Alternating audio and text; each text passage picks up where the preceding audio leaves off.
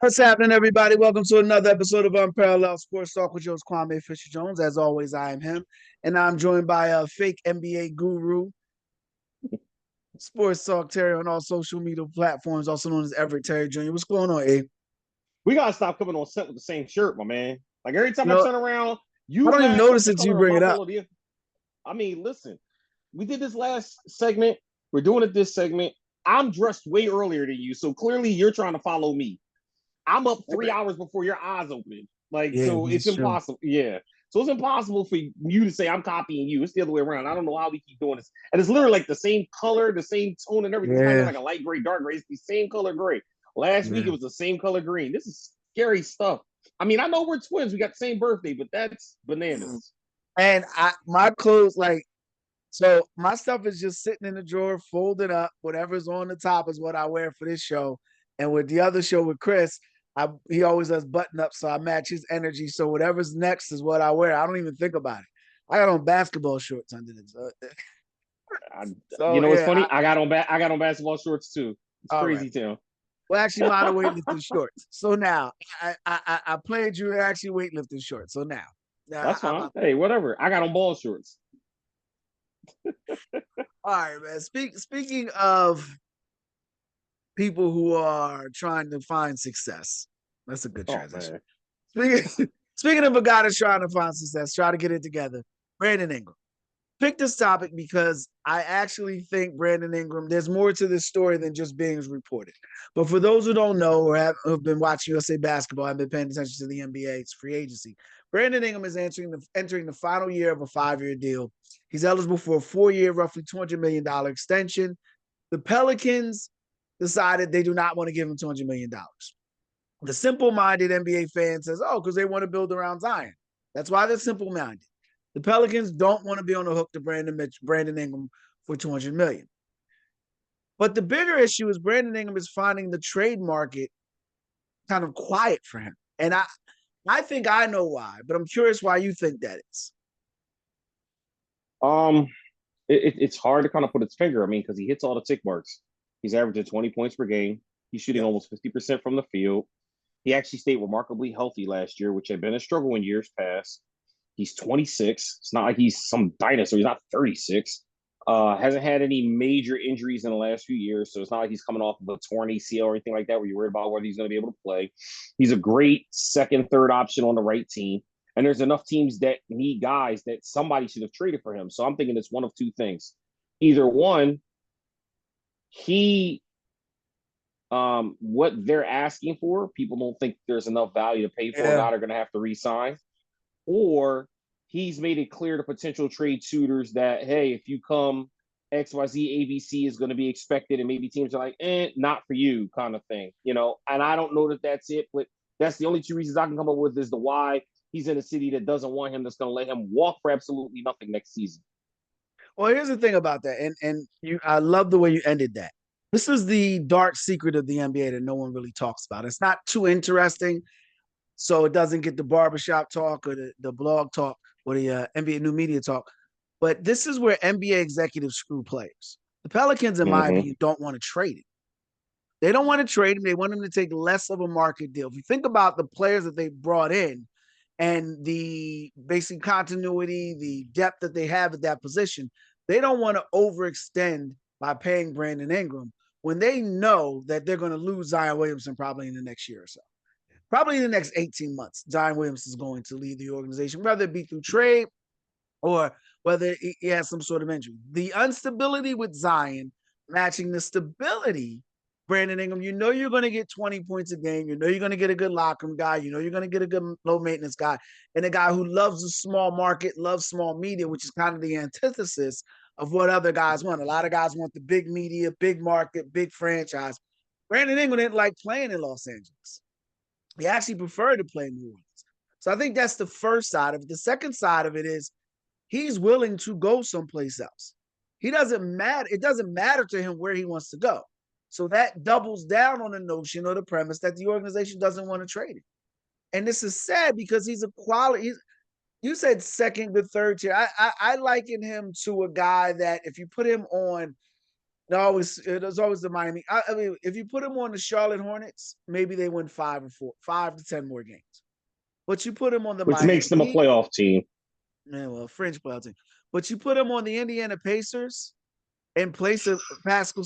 Exactly, exactly. You see where I'm going with this. You see And that's exactly why where I I'm said I'm going with surprised they this. won't trade for him because a guy like him now elevates Indiana from that 5-6 seed to potentially a 3-4 seed, especially Mhm. depending on matchups.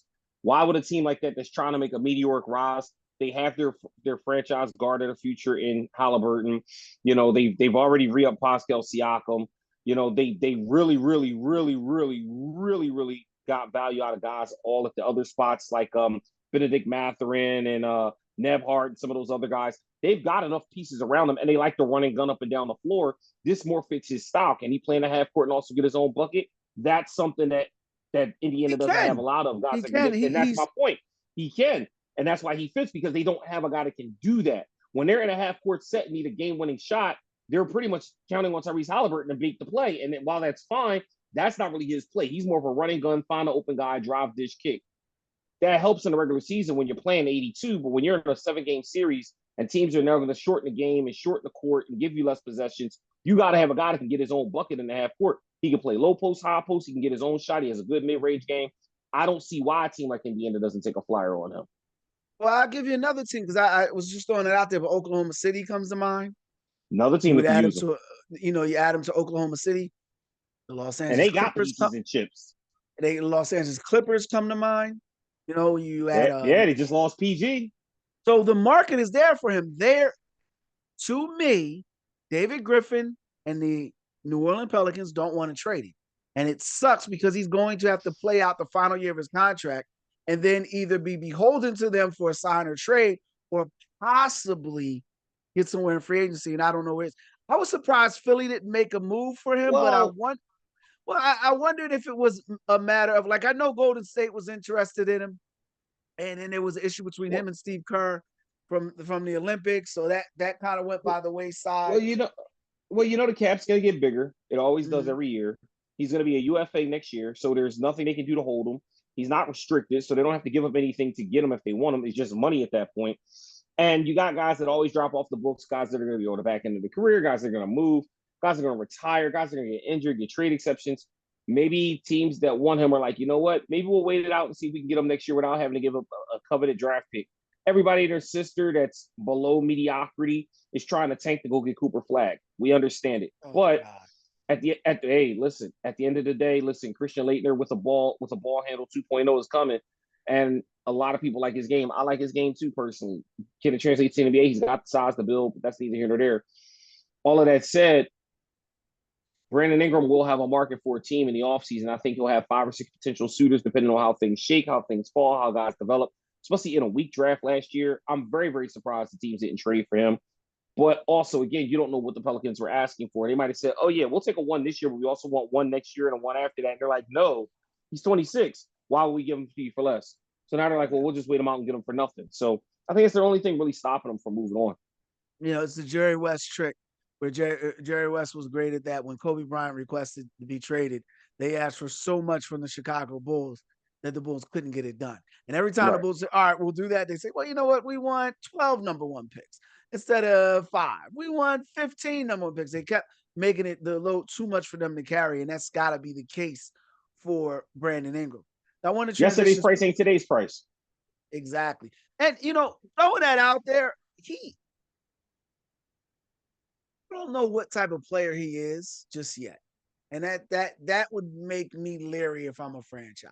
I don't know if he's like I was you were the first, and I'm gonna close off on this. You were the first to pull my coat to the Sixers should have traded for Pascal Siakam. I didn't agree. I didn't say it. Then I saw the problems they had in the playoffs, and I said, damn, he would have definitely helped. But would I want to turn around and pay him for the next 5 years the same money you pay or a little less than what you pay Paul George? No, I didn't want to pay Paul George. So, I don't see the flexibility that comes with a Pascal Siakam or Paul George. But I see that flexibility and I still see opportunities for growth and a guy that could possibly completely change his NBA trajectory, if you will. Like, I think he's closer. I think he's played closer to the floor than he does the ceiling. And whatever team he goes, if he goes to a playoff team, he's going to take them to another level. Now, speaking on to another level, it's the summertime, so it's a great time to kind of project or personicate or whatever the word is. There are a lot of players that have made changes, but I want to ask you, who do you see a guy that either made one all-star team or hasn't made an all-star team that's poised for a major, maybe a guy that's going to take the next step? Whether there's an all-star turns an MVP candidate, an MVP candidate turns into a championship player, a starter turns into an all-star. Who do you see that's looking poised and looking ripe to take the next step? A I name that love most Kobe people White. don't think Kobe White. of. Who? No, I'm Kobe joking. White from the Chicago I from the like Kobe. Chicago Bulls. Yeah, I like Kobe. I did something with him. Is he still there? I know they were trying to trade him. They got rid of Caruso. They Yeah, haven't moved him. bless And he gets the keys to the Ferrari because you. they were holding out for Lonzo. I don't know if Lonzo's ever going to play ball again. He says his knee's healthy. We don't know that. I know he's But at working the end out. of that's fine. He's been working out for 3 years. I hope he's working out. But um, you give the keys to Kobe White and let him run this offense. He was a guy that a lot of people didn't have high on their draft boards. He came into the draft and played for the Bulls under the radar and just continues to develop every single year. And he's taken a step. I love what you're seeing out of him, how he turned it up in the back half of the year. And he's a lot of the reason why the Bulls didn't dump players when they could have gotten DeRozan and guys out of there because they believed that with the way that he was playing, he might have been able with some of those other guys to get them into, competing in the playoffs. Now, it did pan out that way, and that's fine. But if you have a guy like him, a young guard in a guard-driven league that can do all the things that he does well, which is score, defend, pass the ball, find teammates, make good plays, and he's a great character guy off the court, on the court. That's kind of what you want to build your franchise with, guys like that. Another one, and I know we've talked about him ad nauseum, but I love him. I think he goes from star to superstar. Tyrese Maxey. Mm, I've seen the work mm. he's been putting in the gym. That kid looks like he put on like 10 pounds of muscle. For the first time, and not to cut you, but it was the first time I have actually seen a picture of him in the gym, and it was a still shot. Somebody sent it to me. Yeah. Yeah, he's put on tremendous amount of muscles, neck and And arms. Yeah, that's gonna help him with contact in the paint, being able to drive and take that contact and be able to finish at the rim. And the thing about him is he loves the game. he loves Everybody the else is out process. partying. They're at the Olympics. They're doing this. He in the gym two, three times a day. That's the guy that can take his game to from 25 a game to 28, 29, 30 a game. And you're playing in a system where you're not going to have to worry about having to carry that load because Embiid's going to miss 15, 20, 25 games. You got Paul George to help take 30 games. All right. But you're going to have Paul George to help you take the load off so that you can rest intermittent periods. Paul George gets hurt every year. He going to miss games. So now you have guys around you. They built an offense around you. They've got a lot of good role players. Guys can actually shoot the ball that are going to cater to his skill set. And what I like about it, the Sixers quietly did, they got all the guys that would play better with Embiid, that play better with Maxey. Because, and you and I both said this, 3 to 4 years, Embiid probably won't be with the Sixers if he's even in basketball at all. Now, I think he will. You don't, but that's fine. That said, You see him struggling I with Team think that USA. he looks horrible. But that's all. But you also know international play is way different than league play. But I will say Brown this: I looks do good. think that Brown is Anthony Brown. Davis looks good. Brown's gonna always look good. Doesn't Anthony matter what Edwards Brown's looks playing. good. And Go Ant Man ahead. is I'm a man. sorry. Bam Adebayo looks great. Well, go ahead. I'm You sorry. know I what? Fair enough. Hey, Go ahead. listen, you make the argument. Embiid looks out of shape because he hasn't played ball in the summertime ever. So he looks like he doesn't play ball in the summer. It looks like if I went out right now to go to LA Fitness and go running, I'm out there running around lethargic with my dad bod, my belly hanging over it. I'm sweating all profusely and I get 2 laps and I'm tired, need a timeout. That's what Embiid looks like because he's been knocking down Chick-fil-A for weeks and eating McDonald's and now he's fat. He has to get back in ball shape. But again, every great center has said the same thing. He would be so much more dominant, resilient, and able to stand the test of a season if he dropped 20, 25, 30 pounds and just turned it into lean muscle. It's not hard for him. He's 7'2". Like, it's not ridiculously difficult for him to convert that fat to muscle. He's just lazy. He knows he can get there on his God-given talent and doesn't want to work hard. You know what other Sixer great had the same problem? One Mr. Allen Iverson. All the God-given talent I in the went with world. They don't want Charles to work Barkley, hard.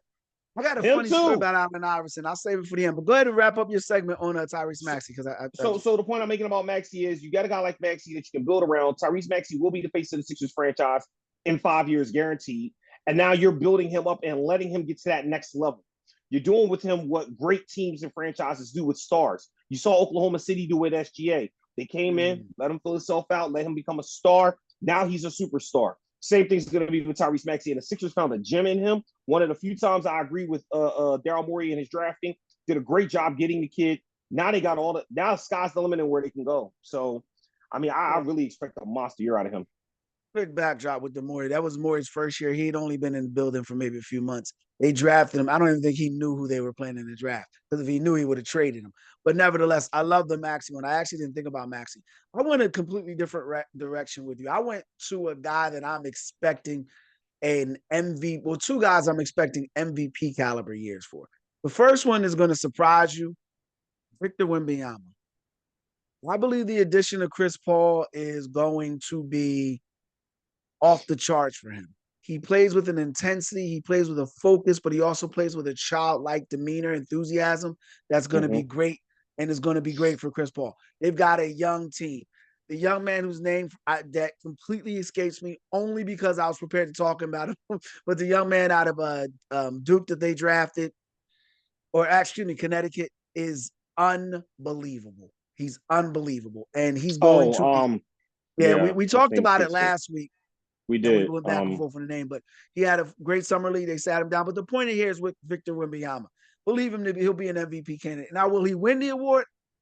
I'm not ready to jump that far, but I just want to throw this out to people because you're going to say, oh, well, that's duh, or whatever the case may be. Blake Griffin, one of my favorite players of all time. When did Blake Griffin's career take off? When he aligned with Chris Paul. So let's fast forward. Let's move. When did James Harden have his best team success? When he aligned with Chris Paul. When did I don't know Devin David Booker look? West. I was gonna say, well, that's a great pull, but I was gonna go with Devin Booker. Devin Booker looked like a top 5 shooting guard in the NBA, playing alongside Chris Paul. Chris Paul being added to that roster, being added to that team, and having zero expectations at this point of his career, going to take Victor to the next level. And I'm expecting a monster MVP 20, I'm thinking 27 points a game, 13 rebounds, and an astonishing 5 blocks a game. That's the Victor Wembanyama line, That I think. that that sounds like the Spurs are back to winning 50 games a year because that's what it's going to take to get them MVP. Well, They got to win 50 games. If you don't see them winning 50 games, as there's no no, way he's going to I'm win thinking in MVP. my head. I'm thinking in my head about their division because you got Houston, Dallas. We'll break that down when it comes. I really like Houston this year too. We'll see. I do too. We'll see because how bad is the Western Conference this year? I think Phoenix will be better with Budenholzer. So we'll see. We'll see. I think New Orleans takes a step. We'll see. I keep saying we'll see. We'll see. Second one is Damian Lillard. I'm working on a piece right now. I'm talking MVP candidate. Right. Working on a So I'm piece right listening to now. this. Working on a piece right now for a site I'm going to work called Stadium Rant. And it was the 7 worst trades in the last 15 years. And a lot of people don't know this, but Damian Lillard should have been a New Jersey/Brooklyn Net. They traded that pick to Portland, a top 3 protected pick, to the Portland Trailblazers for Gerald Wallace. Wasn't really a bad move. You know, Billy King's my guy, so I'm always going to fight for him. Wasn't really a bad move. Wallace was an all-star, first-team Yeah, he all-defensive was. player. But Hell of a the defensive player. the Billy King went to his scouts and they said, look, we believe this is a 3-team draft or 3-player draft. There's only three franchise altering players in this draft. Number 1 was Anthony Davis. There's no lie told there. Number 2 was Michael Kidd Gilchrist and Thomas Robinson. So King says, all right, Not I'm T making, Rob and MJ, not T Rob yeah, and Michael. yeah, yeah. Well, here's And the neither thing. one have been in the NBA in years. Here's the thing Years, about neither that. one. Here's where it gets interesting. So that's why they do top 3 protected. Lillard goes 6. Bradley Beal's in that draft too. Story for Yeah. another day. But Lillard goes 6. You He went can 4. make the argument, huh? I think Bill went 4 in that draft. Yeah. You can make the argument though that in that draft, the best player was probably Damian Lillard. Now, Oh, Anthony Davis, I was about to say Anthony Davis will have something to say about that, but okay. yeah, Anthony Davis is a guy that I fight for because he plays unbelievable Hall of Fame defense and it doesn't get the credit it deserves. He's an enforcer, he's all those things. But if you're talking about if you were to drop Damian Lillard on that Lakers roster in the bubble, they probably still win the title. Even with Rajon Rondo as the point guard. But anyway, Lillard was looked at as a guy that was just, okay, out of Weber State, whatever the case, whatever you hoped he would be. And he's turned into a franchise player. Now he gets traded to Milwaukee. He hates Milwaukee. Doesn't want to be there from what everybody's reporting. And then he watches Drew Holiday. Everybody loves Drew Holiday. The world believes that the Milwaukee Bucks made a mistake in letting go Drew Holiday, as if Jimmy Butler didn't happen, as if they didn't lose in the first round to the Miami Heat on Drew Holiday's watch, as if the Pelicans didn't happen under Drew Holiday's watch. Drew Holiday's a good player. He ain't no damn Damian Lillard. That was not a bad trade. That was a smart trade. And it just didn't work out this year because Giannis got hurt. He made a coaching change. But this year, just as I said weeks ago, somewhere you listen quietly, Tyrese Maxey's in the gym. Somewhere, if you listen quietly, Damian Lillard is somewhere taking notes. And he's working on his game. He's going to come back this year, and I think he's going to win the MVP. I'm going to put it out there. Giannis is That going to must take mean a step. Giannis is going to miss time. Well, Giannis doesn't have to miss time. He just doesn't have to play every game. Like Giannis can take steps back. They added Gary Trent Jr. Brooke Lopez is still there. They've got a full off season with your man, 50 grand, Doc Rivers, who in the regular season is a good coach, who in the regular season got my man in Philly an MVP, him and Sam Cassell. And they've got a motivated group of guys. I really like Damian Lillard's MVP candidacy this year. It's actually going to be my next story about it. Quickly, before I let you go, I gave you a two. So you seem to have questions about that. You don't like Lillard. It's not that I don't like Lillard. I wonder how that works because the usage would have to change. The offense has been catered around the best player in the NBA for the last 3 years in Giannis, and you're telling me that they're going to shift the offense to Lillard, which would be weird because the only way he's going to win MVP is if the ball's in his hand more than Giannis's, which seems weird to me. The ball would be in his hand. The ball was in his hands more. No pause. We're done with pause. The ball was in his hand a lot last year. The bigger difference though would be his efficiency to go up. He could average 3 less points a game, but be more efficient. He hits a couple more game winners. He has maybe a couple 9 to 10 3-point games where he's making 9 3-pointers, 10 3-pointers. Now you get the momentum going. Quickly, we got about 7 minutes left. First All-Star, former All-Star, you think is going to get traded. Looks like Lauri Markkanen is going to stay with Danny Ainge. Prayers up to him. Going to stay with Danny Ainge in Utah. Brandon Ingram still on the market. For me, the first former All-Star that I think is going to be moved is a guy that people forget was an All-Star. It's going to be Jeremy Grant. I think Jeremy Grant's going to be traded. And I think methinks that trade is going to include another former All-Star in Darius Garland. I could be a little off, but I'm thinking Portland making a trade because they're looking to get rid of Simons are going to make some sort of trade that gets Darius Garland, who's available at this exact moment, for Jeremy Grant. They just signed Jared Allen. They added the coach that used to coach in the Nets that went to the Warriors and now coaches in Cleveland. He's got his boy. He's a Caris LeVert guy. They've re-signed Donovan Mitchell. So I'm looking at Darius Garland and Jeremy Grant being the first two. That's interesting that you say Anthony Simons because I actually see him going too. And the reason I do is because they already got Shaden Sharp. They got Scoot Henderson, who we talked about when he first came in.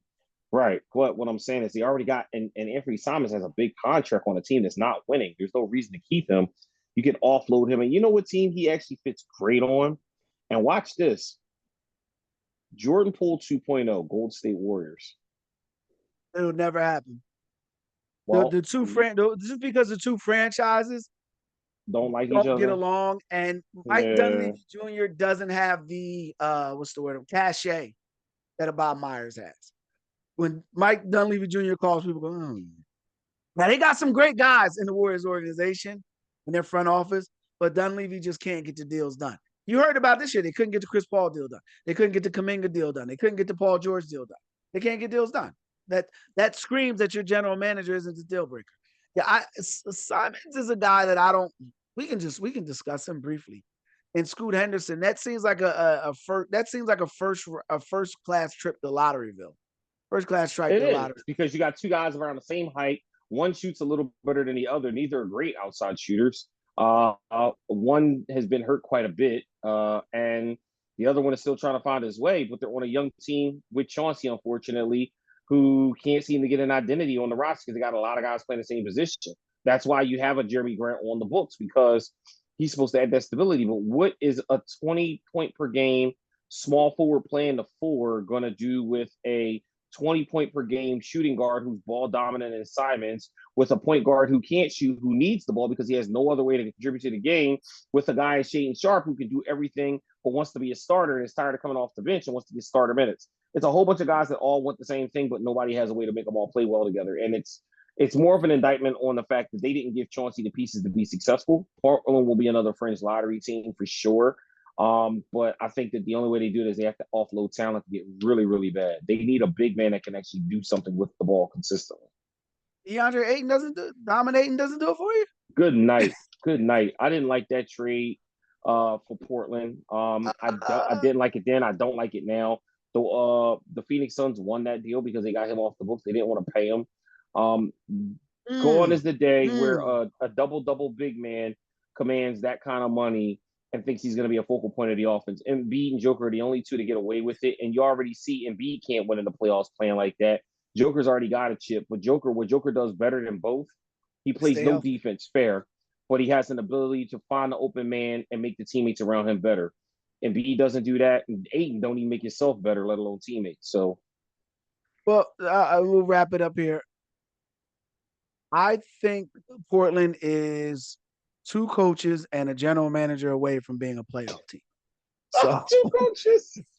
we take that for what it's worth. And I'm looking at the way I dissect things is different than everyone else because you look at guys who you've already heard rumors with were unhappy. And there was a schism between Donovan Mitchell and Rudy Gobert. And then he goes to Cleveland. Now we got a schism between Donovan Mitchell and Darius Garland. And Garland wants out. But now they test the market, see it's not there. And you switch sides on the other side to Portland. They never should have added Jeremy Grant to begin with. They I never should agree. have added Aiton to begin with. If they were I agree. going to trade Damian Lillard, they should have done what the smart teams do: say, look, rather than get players back or rather than get money Picks. back, let's just get, A not even billion picks. picks. Let's just get what we can and move on. You because the Expiring picks, deals. yeah, the picks that you get aren't going to change the direction of your franchise. Not right away. You're going to have to do your due diligence and identify guys, but then those guys got to fall to you. And that's where teams consistently fall short. That's why I say they're a general manager and two coaches away because you got to have the first coach got to come in and develop the guy that you think is going to be okay. You're Kevin Lockery. You know what I mean? You're Johnny Davis. And then the other coach comes in and coaches them up. That's how that usually works.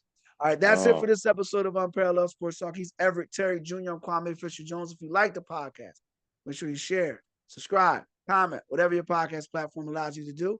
Until next time, we appreciate you here and your time. You be easy.